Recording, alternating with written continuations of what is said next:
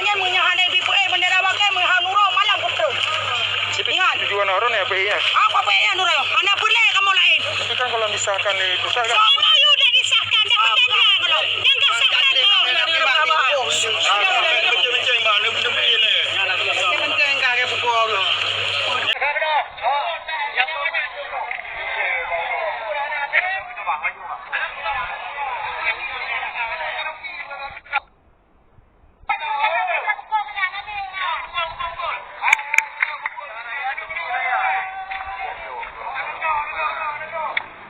Mana